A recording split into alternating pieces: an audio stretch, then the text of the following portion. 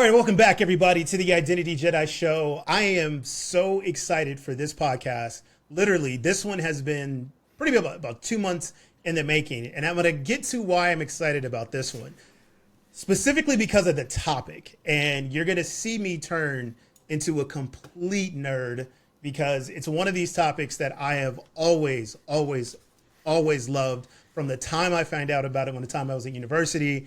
It just always fascinated me. And so we're going to get to that in a sec. But just wanted to welcome everybody back. Samir is back. He's been traveling around the world. He's back on the podcast. It's good to have you back, Samir. How you doing, man?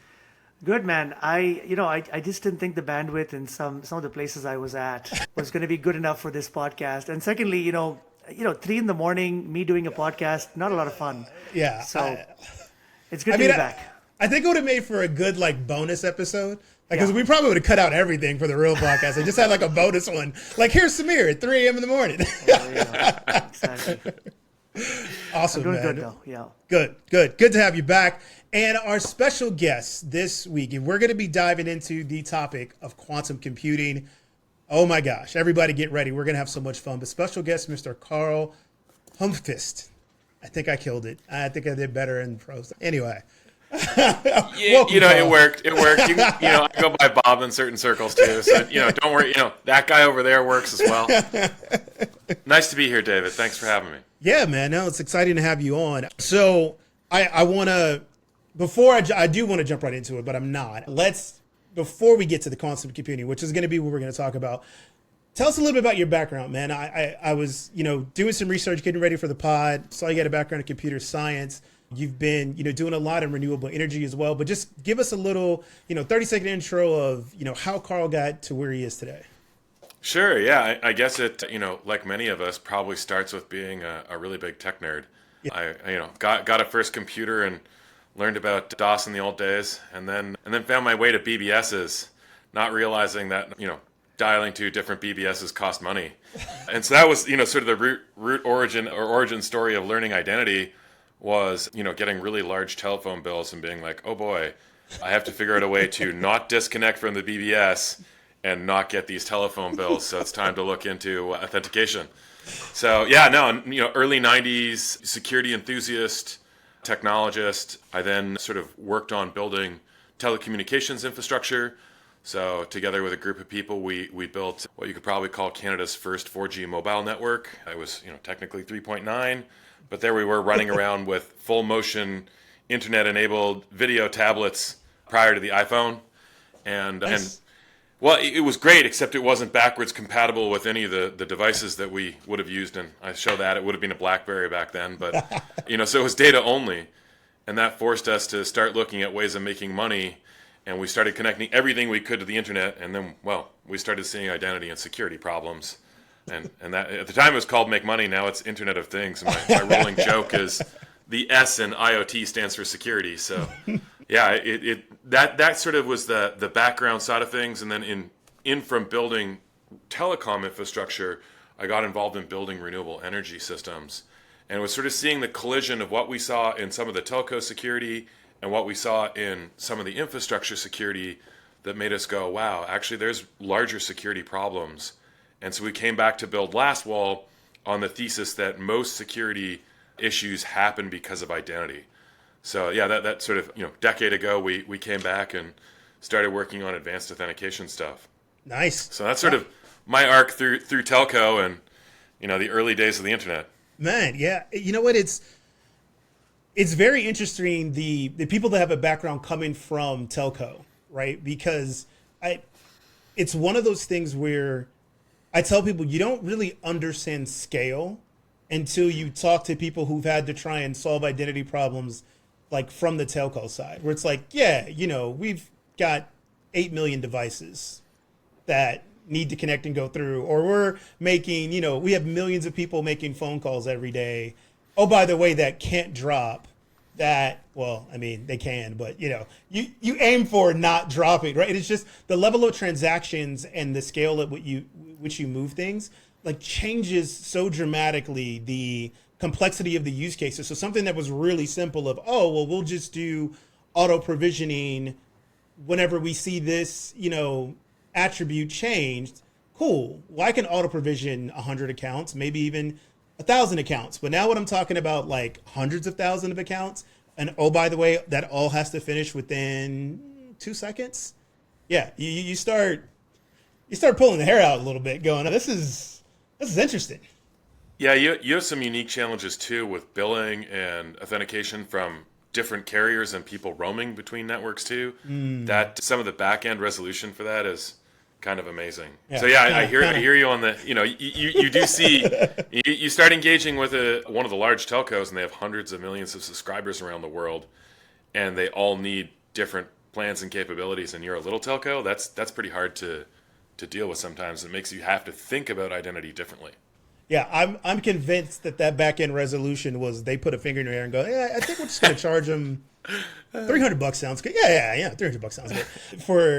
For the younger generation that may be looking at this, there was a time when you didn't have unlimited everything on your phone. Like you literally had so many minutes that you had. There were certain areas that you could go, certain times that you could use your phone where you were charged different prices. I know, ancient times. Don't worry about it. We don't have that anymore. But those are times, and that was really the thing. And look, David, then you added data into that. I remember paying $100 for 1 meg of data, or the plan that I had was $5,000 for 100 megs. That's a real difference from now. It's changed the way we use things. So yeah, absolutely. Interesting authentication challenges there for sure. A little bit in the pre-show, and I'm going to let Samir hop onto this so you guys can reminisce on this. That you guys have a connection. So Samir grew up in Dubai, which not a lot of people knew, and you spent time in Dubai. So what was that like? I let Carl go first. So it was wild. I mean, we moved over there in the late '80s and arrived just in time for the first Gulf War to break out. So it was pretty incredible to be there at that time. And I think one of the really interesting things is, as sort of my arc as an entrepreneur, was when the war broke out, a lot of people left, and the people who left were people with very high risk tolerances, or people who are really stuck into it.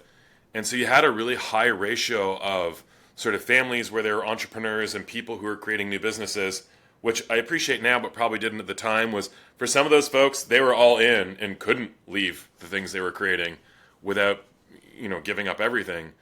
And so it became a really interesting place to grow up because a lot of things worked and a lot of things were being done and were new. And the rate of change was just incredible.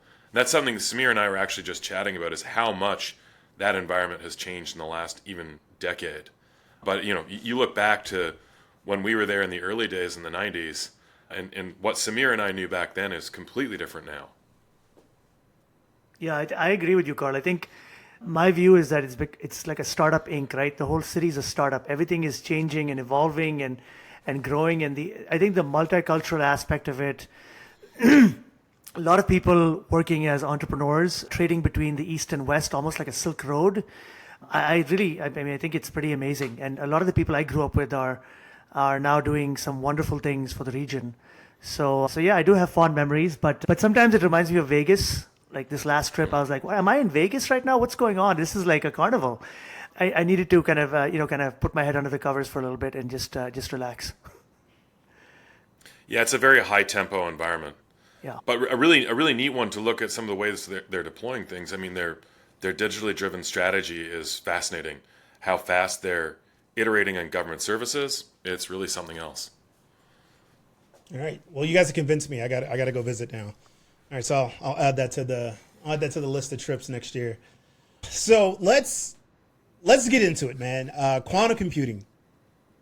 So I'll ask this question this way. So Carl, when was the first time you really remember, like, kind of getting into quantum computing and the idea of it and how it would affect what we know now as technology? Well, that for me was probably earlier than a lot of other people because I was really, really nerdy and had a good friend who penned the generalization of the quantum binomial theorem in our undergrad days. So in the late 90s, or actually would have been probably 2001, he was the guy who sent me a copy of Shor's paper, which is about factorizing or fast factorization. and it is one of the major problems that we're going to see with quantum computational capabilities. So just to backtrack for maybe those who aren't as familiar, quantum computers can't do everything. In fact, they can't do a lot of things, but they can, and they've been proven to do a couple of things really well. One of those is to factor large prime numbers or prime derived numbers. So if we think of our current asymmetric cryptography, that causes a problem. So Right. my exposure to that was after, so in 94, Peter Shor wrote that paper about the theoretical possibility of doing that. And then in 2000, some of the research teams at IBM used nuclear magnetic resonance to create a simulated quantum computer, or an NMR computer. And then they actually factored 15, which doesn't sound like a really big deal. Deriving prime factors of 15 is not overly tough. But the fact that they went from theory to practice, that was a really, really big deal. So that was when I started tracking it. And, probably for a long time, it was like, hey, this is going to be a problem. And for a lot of years, it wasn't. And now people are going, oh, yeah, actually, that is a problem. Yeah. I remember for me, it would have been right around junior year of college when we started researching different algorithms, talking about parallel programming, different computer architectures, is when my professor first started talking about quantum and just the theory behind it. And I mean that fascinated me. And I've always been one to I love learning. I love reading. I love picking up new knowledge. Right. I've been like that since I was a kid. So I actually really enjoyed college on both sides, both the learning and the partying. I partied a lot, but I learned a lot too.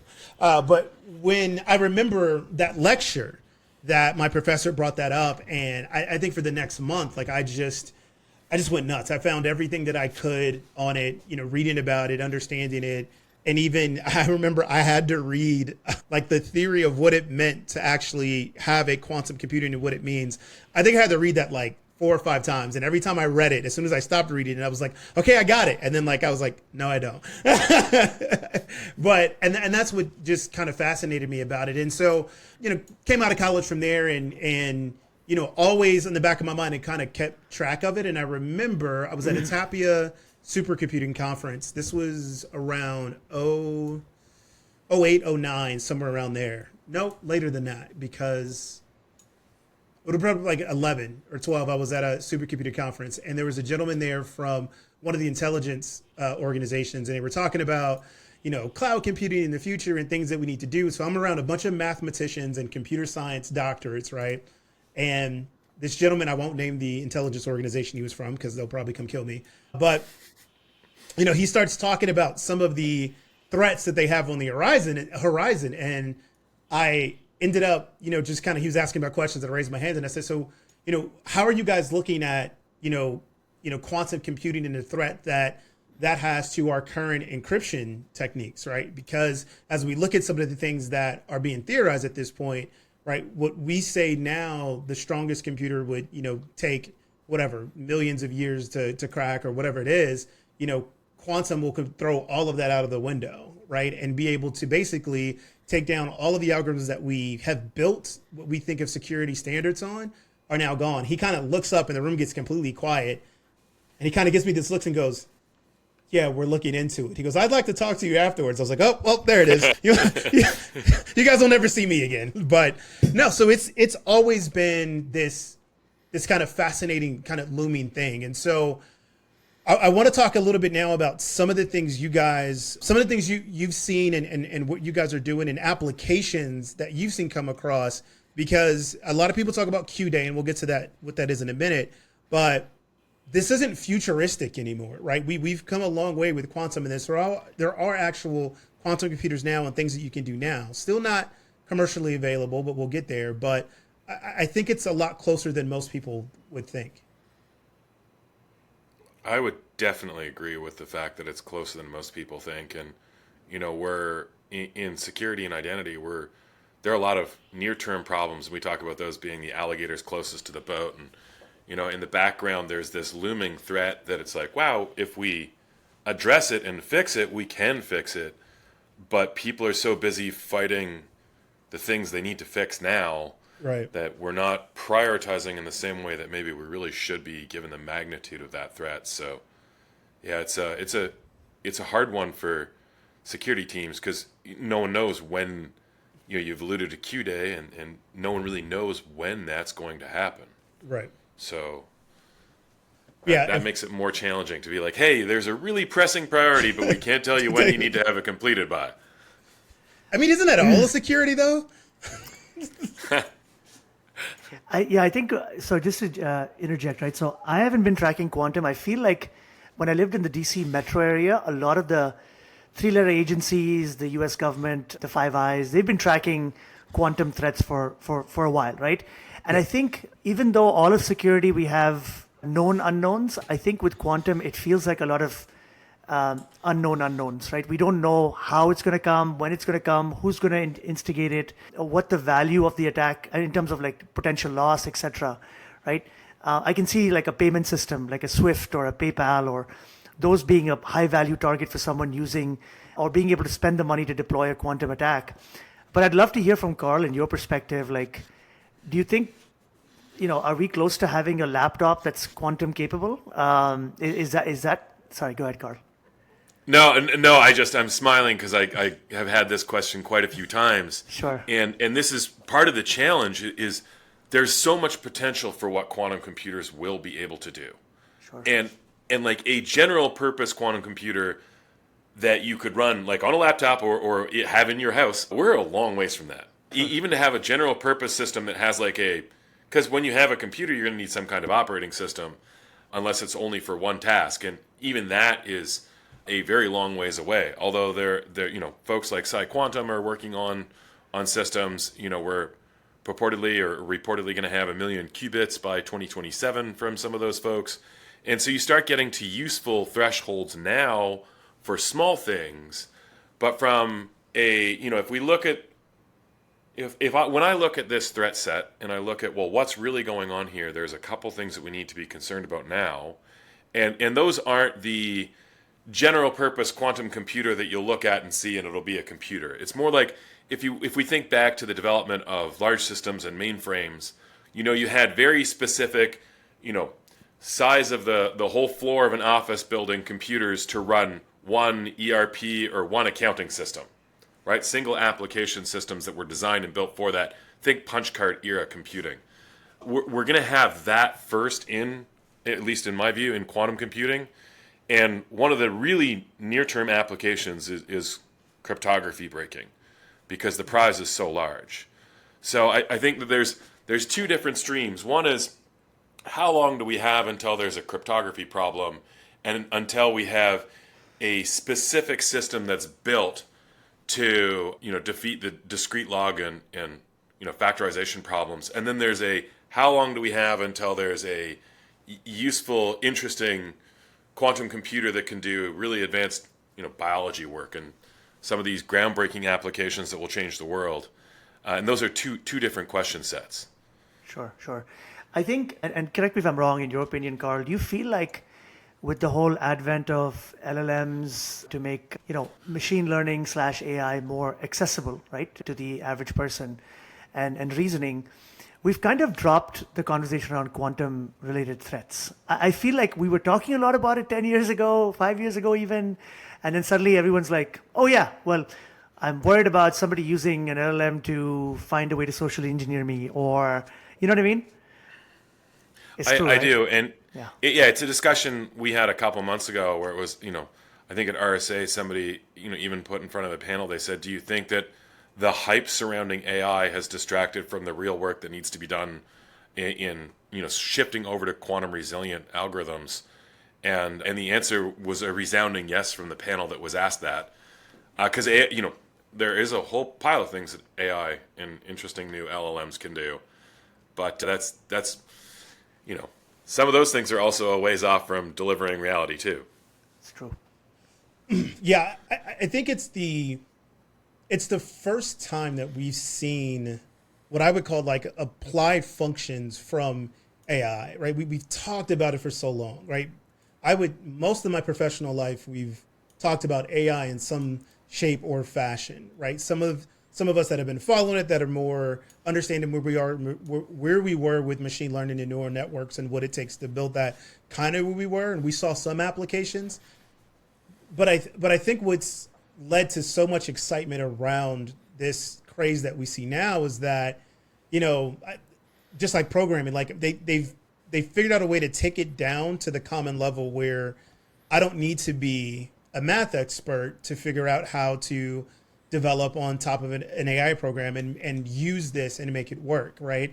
And so the thing that I often think about, and even tying this to kind of quantum computing, is that, so we always see this progression in tech. So with programming, we started very, very, what I would say close to the box, right? So you had to understand assembly language, and then we made things like C, right? And then you go C++, and each level you went, right, the abstraction layer went higher and higher, meaning you needed to know less about how the box worked to get it to do something, right? To now where we have the languages, you look at the way they develop now, it's such a high level of abstraction. Most people develop in Python and TypeScript, right? The furthest away that you could get from the box. And all you Python developers at me later, right? Like, but if you don't know anything about like assemblies and moving registers, shut the hell up.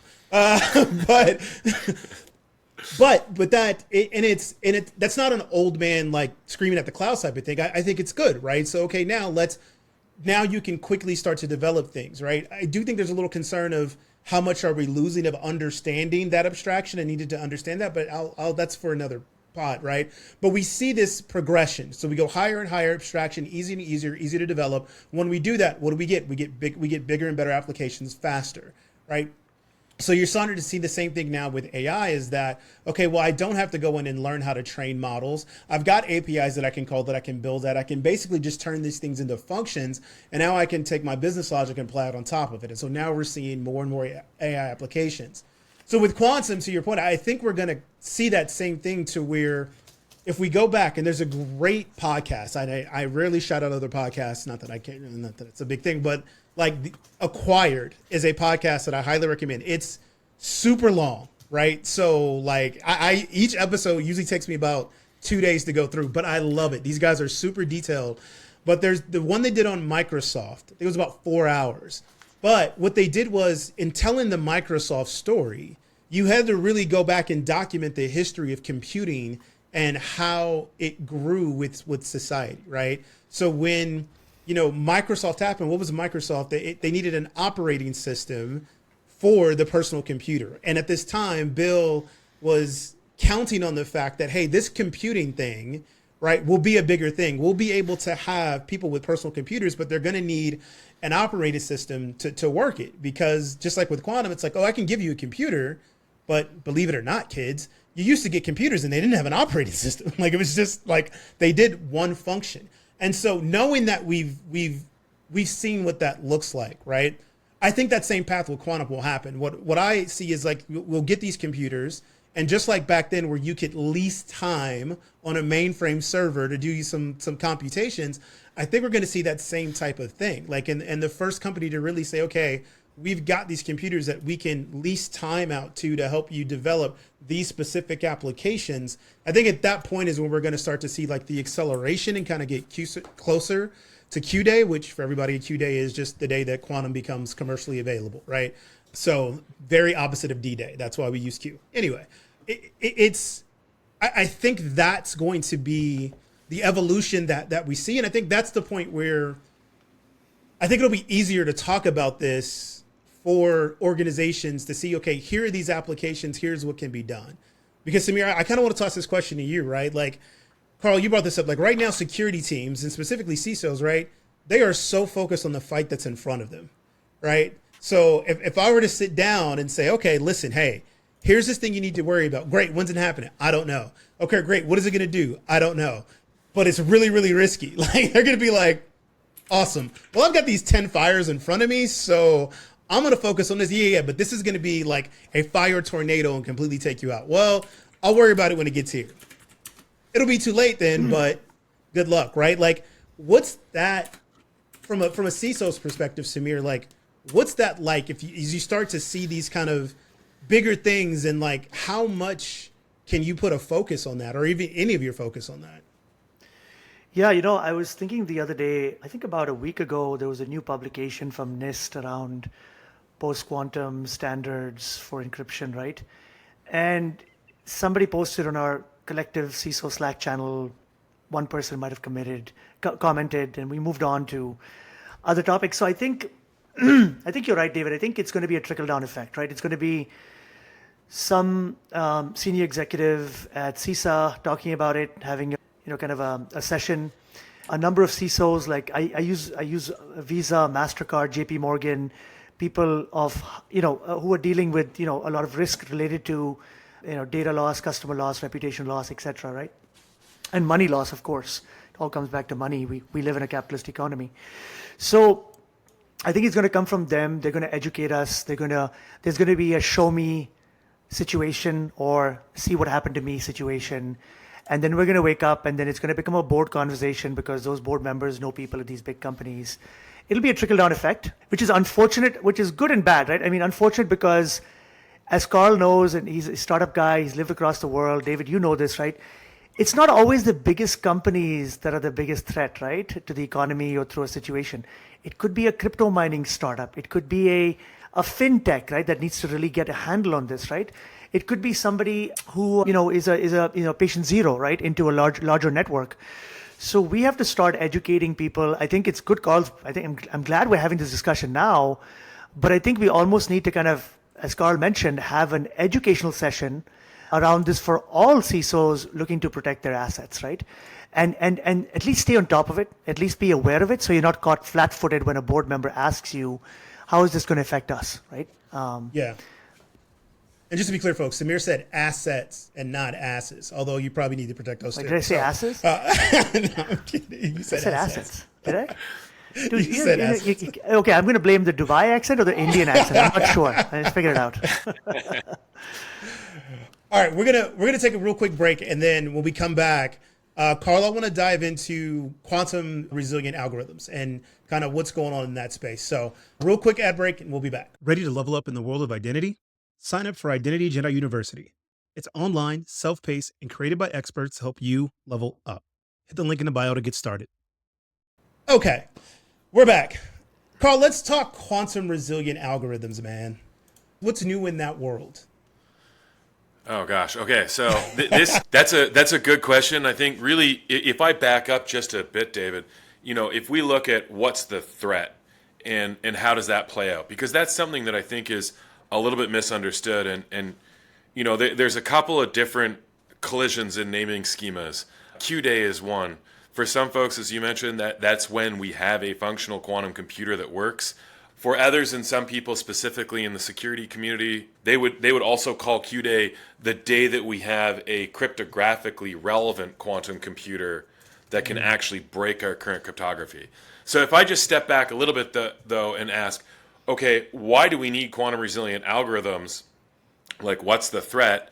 And really, there's two suspicious or two algorithms that we should probably tag here. One is Shor's, which allows breaking of RSA and ECC through factoring large primes and through actually, fixing or changing the speed at which we can solve the discrete log problem.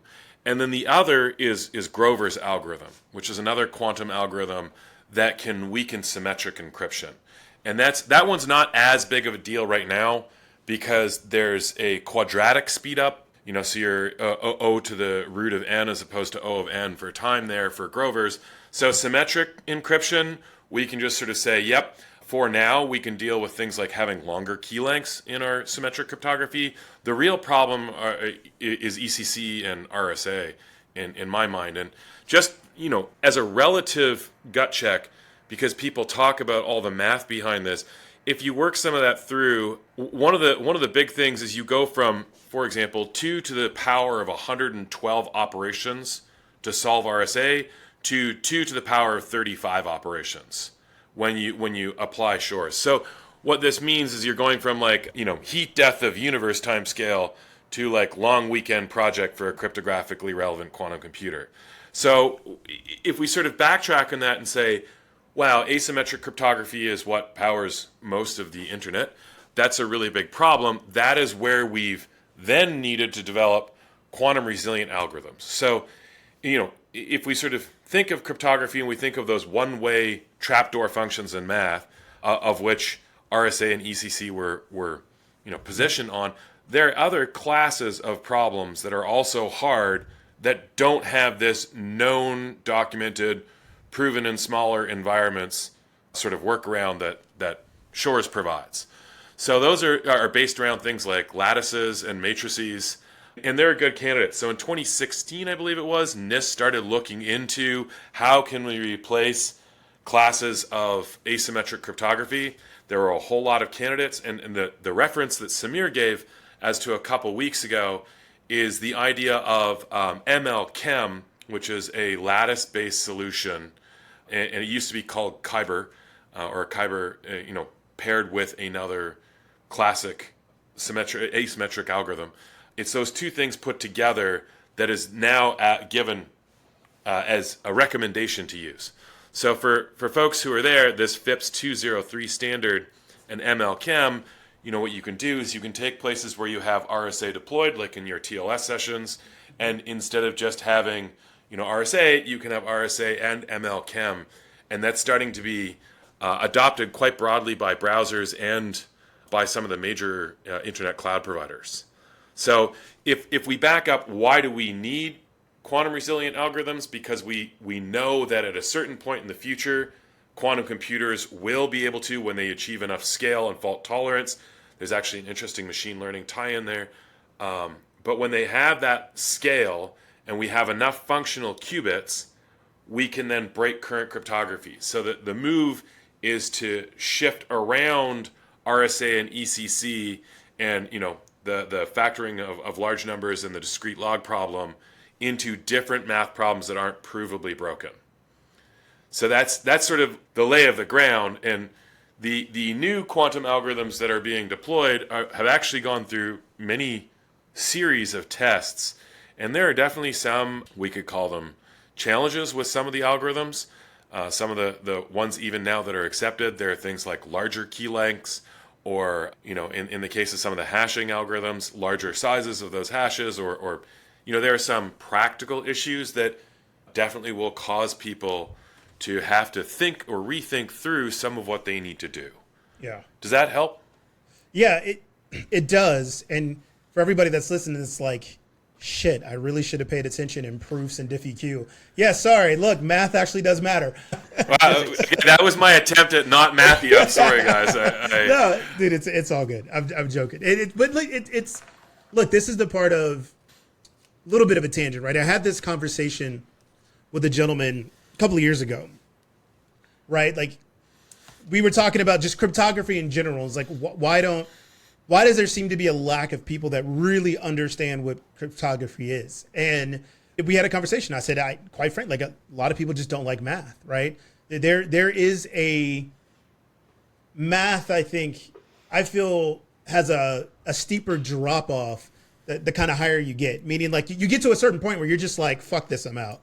Right. Like, I think other things you're just like, oh, okay, cool. Like, I'm still going to get more. Like, math just has this like, like the curve it's not a descent anymore. It's just like, oh shit. Yeah. Now it's like, I just wrote on 3 pages and I don't know what the hell I proved. Right. It's just, it kind of has that daunting aspect to it. And at the core of it, a lot of this stuff is understanding maths and proofs and how you put all this together. And I think computer scientists kind of split. Like, you went to school, you got a computer science degree. For the most part, at one point you were going in and you would go be a researcher. You probably work at like an Intel or, like a Lawrence Livermore, like research lab. Like, you actually went and you used the science part of the computer sciences. Like, you were actually studying this stuff and developing things.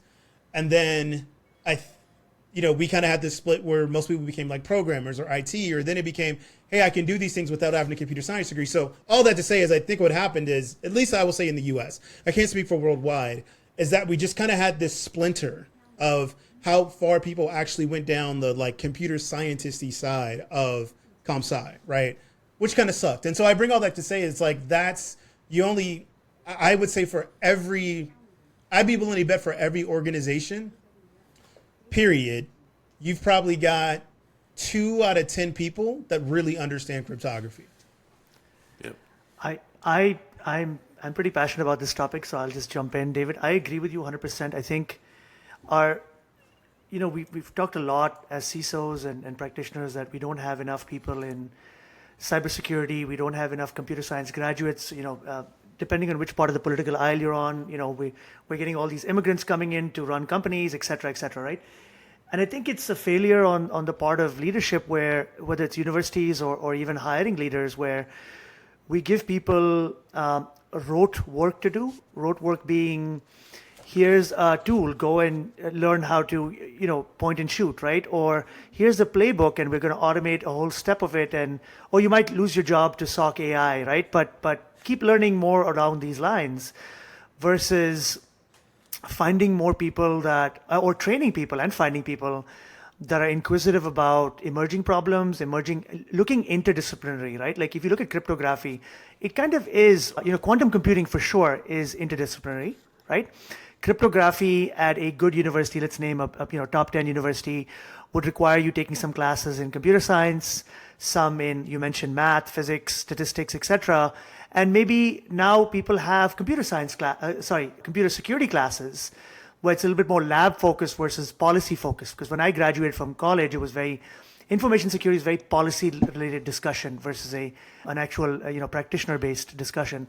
So I think we really have to start respecting these cross functional skills and not saying, and this is a very standard thing that CISOs will say, I'm having a hard time finding someone, so let me find someone from IT ops or network ops or help desk. They have a lot of eagerness to learn. Yes, they do. But what about filling the funnel with people who have done internships while doing their PhD, right? And finding those kind of unique kind of thinkers, if you will. That's the problem, I think. And I think we need to fix it that way, in my opinion. Yeah. I mean, it's tough, right? Because as a computer scientist, right? If I'm studying like algorithms and doing things and measuring performance and big O notation, what the hell am I doing at a security product company? So you know what I'm saying? Like there's not applied jobs for you to go do there. And to your back point of like we're a capitalist society, these companies aren't going to give you, okay, great, I'll pay you for the next 2 years to go off and research and tell me about what you can go find and go do this, whatever, because I've got a product that I've got to go make or sell, or I've got this other thing that I've got to go do. So yeah. So I'm thinking more as the CISO, less of a product guy. As a product guy, I totally get it, right? I mean, if I'm not building a quantum computing startup, why am I doing research in quantum computing, right? Right. Completely agree with you.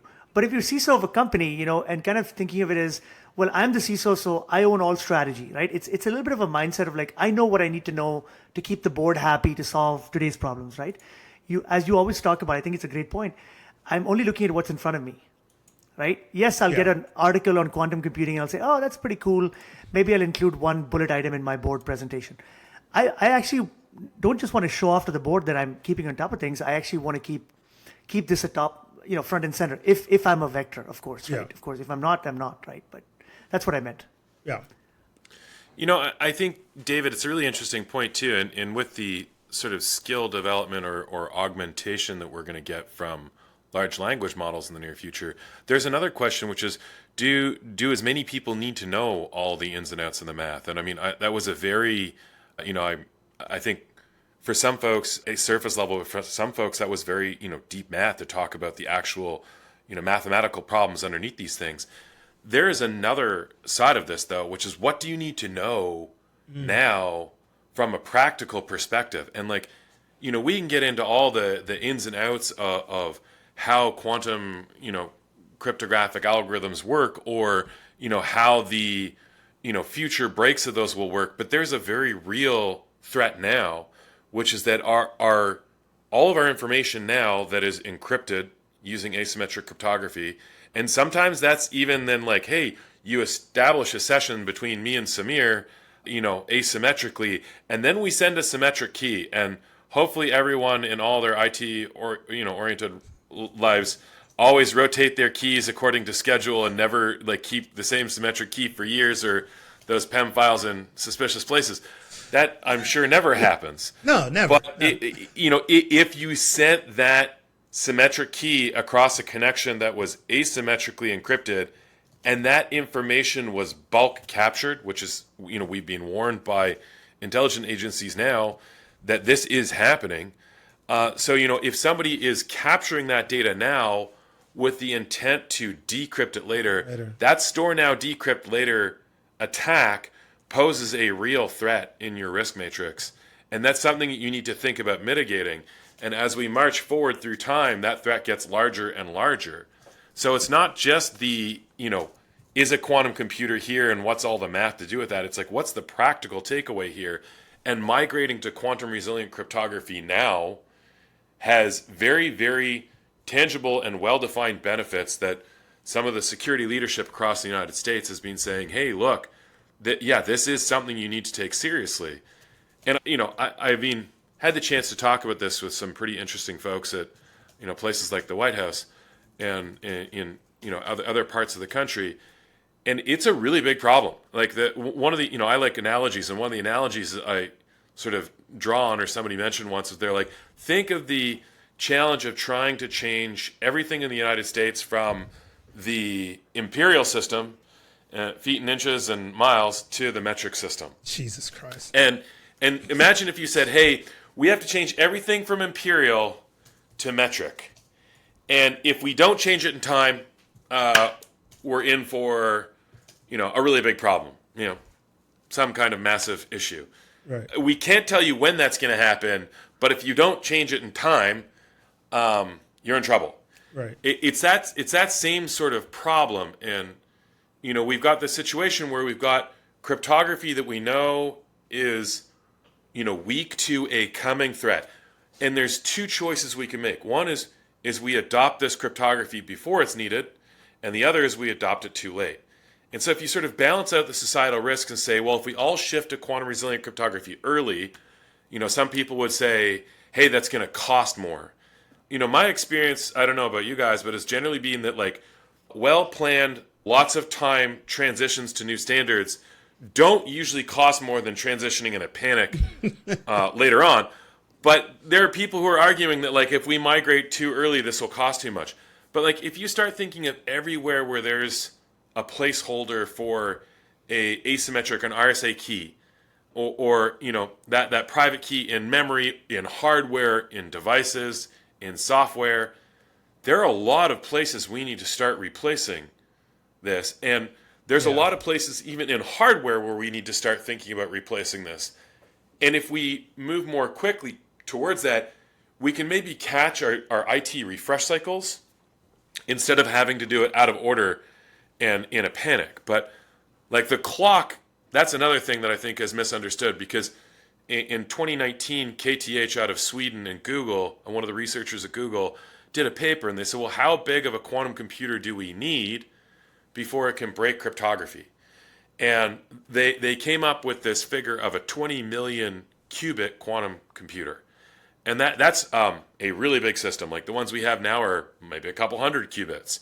And, you can play around with those online through their cloud interfaces. IBM has a good one. Microsoft has an interesting one. So there are places you can try playing with these 100 qubit systems or using them for certain first applications. But if we start looking, a little bit further ahead, and we start saying when these systems are large enough they cause a problem, that 20 million qubit threshold was based on an understanding of how much noise there is in these systems. Because qubits are very fickle. That's why you see the giant chandeliers that IBM System 2 has, for example, where like literally the coldest place in the universe, I was told, is someplace in New York where they have that quantum computer, because it's down to like millikelvin temperatures. It's really, really, really cold, like colder than outer space, to try to create no noise to interfere with these qubits operations. So what happens is, those assumption sets around 20 million qubits, and it'll probably be 15 years or 2035 before this is required. That was based around an understanding of how much error correction was required.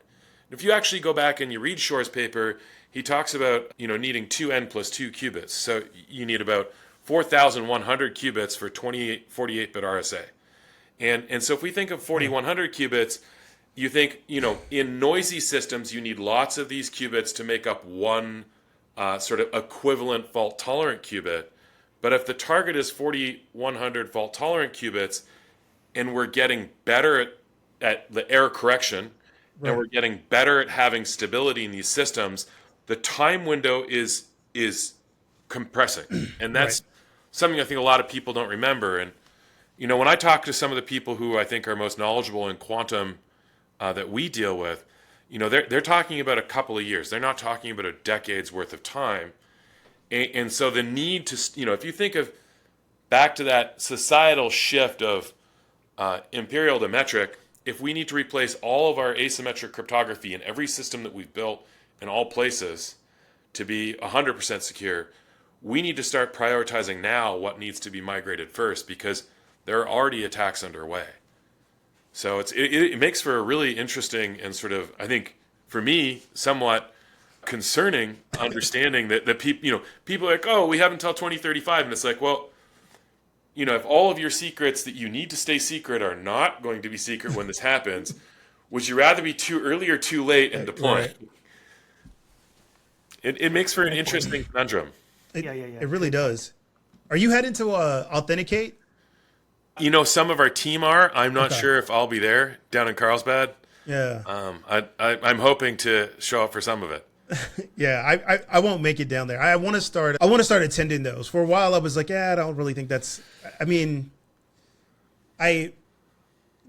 authentication side of things never was really that interesting to me, but I do want to see now, like with some of the new specs that they're doing, that I've been hearing about what they're working on, things like this. I want to see how topics are coming up at conferences like Authenticate. So I'm definitely going to be making plans next year, but yeah, I was just wondering, because I'd be interested to hear how much this topic gets talked about, if it gets talked about at Authenticate, like if there's kind of any kind of rumblings of it, because we need to get it into a more casual conversation when we're talking about it, because that's the only way that we get awareness, we kind of get it in front of people, and we can start to move and make ground in this area. I want to jump into quantum programming, but I'm gonna respect time. I won't nerd out people too much as they're listening to this. But I will say this: a real quick bit of the other part of it too is programming and how we build the ecosystem around these things, right? So there's the actual making of the hardware, the infrastructure itself, and then it's okay. So what does it mean to develop a quantum program? And just in the aspect of thinking and understanding how things operate in quantum, and when you're talking about qubits and how they operate, like it is very, for me, right? Not the smartest stick in a drawer by any means, but it's always it's like a stretch of what I know and how to think about it, right? Which is fascinating, because that means so many things before that I'll dare say that you didn't think were possible in regular programming. It's like, oh, but I can do this now because it's not 1 or 0. It's an observation of a state, and so therefore it can be both at once. And what does that mean when I started looking at it from a matrix of what the state of a qubit is, right? And kind of going off there. So anyway, a conversation for another time. Definitely, it's something that always fascinates me. But yeah, that's the other issue with all of this, is we do have to, again, infrastructure timing, right? So you got to build the hardware, you got to build the software on top of it, you got to be able to build the applications on it. So. Yeah, no, you're right. We're talking about a new frontier of computing, and the idea of unary operators, and like it completely changes. Gosh, I'm kind of like you. In computer science, I did operating systems laboratories, and like tried to figure out how to build an operating system. And you start thinking of having different logic gates, and it's the fundamental groundwork changes completely. And then how you program that stuff, that is, gosh, there are some really smart people working on that, and it's still really, really hard to understand. Yeah. It's going to be fun, though. The nerd in me is like, it's going to be fun when it gets here. The security person in me is scared shitless, but, Well, on the security side, I did sort of reference that. I'm going to see if I can share this. I don't know if you guys can see that. But we did up a slide deck because we were talking about some of this exactly. And I don't know if that shows well, but the idea of our CISO in 2024, there is this big looming threat in the background. And it's like, hey, if you could just turn that boat around and drive towards that wave, you'll get over it. But if you wait until it's on top of you, it's not going to work. Right. And that's, I think one of the things we're trying to encourage people is with a call to action. And certainly at Quantum World Congress where I was a couple of weeks ago, I talked about hey, let's look at the performance of FIPS 203 and ML-Chem, which is, it's this new lattice-based Kyber system, in a key encapsulation with X25509. And, so you take our current best-in-class asymmetric cryptography and the best new algorithm, you wrap them together. And in some of our performance testing that we did for one of our client groups, it actually is not a huge performance hit. You do have some performance drop, and I can share that information with you to share with your user base if you'd like. But it's when you look at the things that happen, if you change these hybrid algorithms, you do get a drop in the number of handshakes per server hardware piece that you're using. You do get a little bit of extra latency. But when you start comparing that and looking at that performance along with the delivery, not just of the handshake because the extra key size, right, but if you look at, say, a 10K delivery, the performance is almost the same.